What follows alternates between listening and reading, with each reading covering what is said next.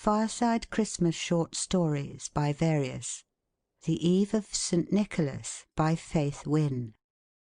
In a neat little house in an old-fashioned German village on the banks of the beautiful Rhine, with flat meadows and broad fields and roads bordered with tall poplars, there lived a happy family by the name of Lichtenfels.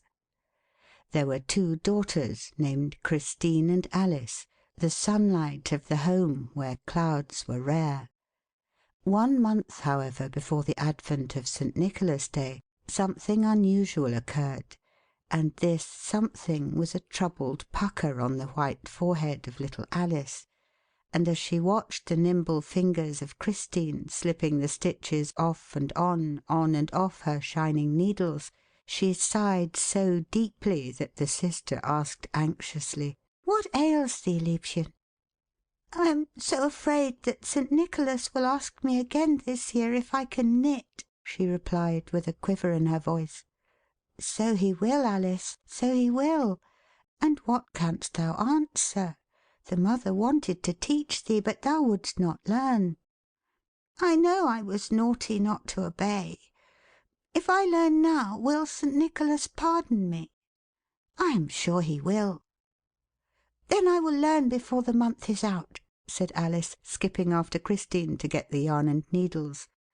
And a pretty picture the mother found when she entered the room a while later. The smiling sisters were seated side by side on the wooden settee.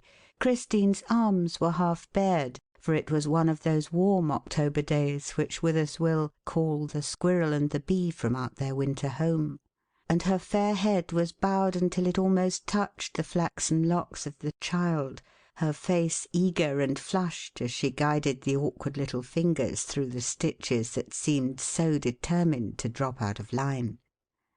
Patience and perseverance are fine partners, and generally accomplish their aim.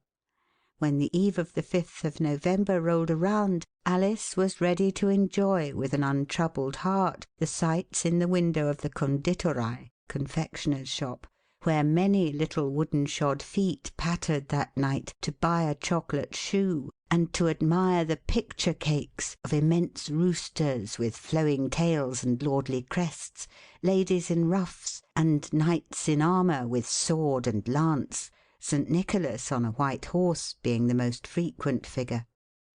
These picture cakes are made in wooden moulds, thick square blocks of wood, with the form to be made deeply cut into them. The dough is pressed firmly into this cutting until it takes its shape, when it is removed and baked.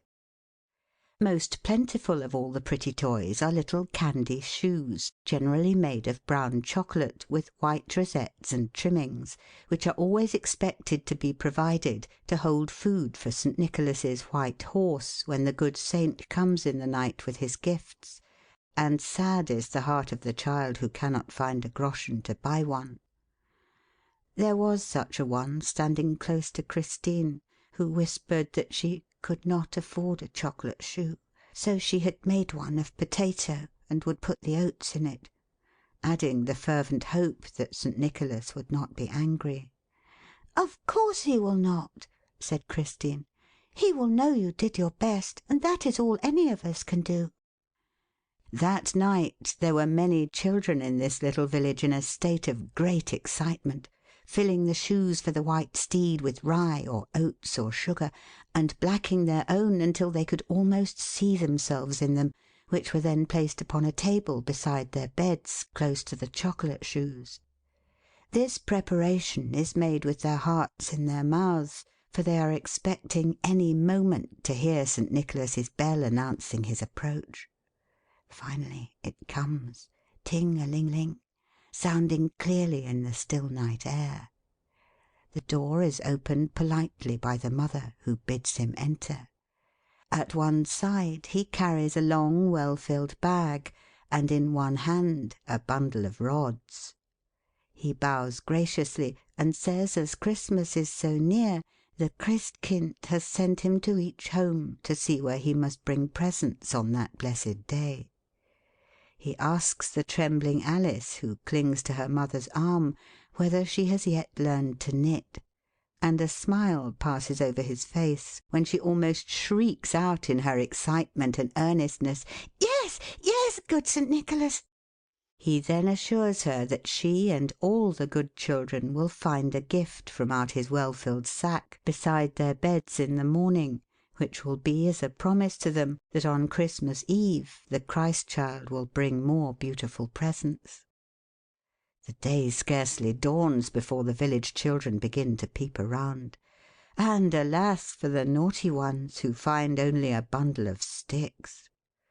The good boys and girls, however, are delighted with the picture cakes that adorn the little stand at their bedside. Laid carefully across the top of Alice's shoe is a large cake made in the shape of a stocking, marked "For the little girl who has learned the useful art of knitting." And the potato shoe in a poorer part of the village is filled with the sweetest of sweets, and a card lay beside it upon which was written, "She did the best she could." When Christmas Day came, with all its hopes and fears for the childish heart, the promises of St. Nicholas were fulfilled. The Christ child remembered the good with bounteous and beauteous gifts, and the birch rods left by old Pelt's Nicol we may believe kept the naughty children in order the next year. But, you know, that is not the most acceptable goodness which grows out of a desire of reward or fear of punishment. May the glad Christmas find you and keep you good, because it is right to be good. End of The Eve of St. Nicholas by Faith Wynne. Recording by Ruth Golding.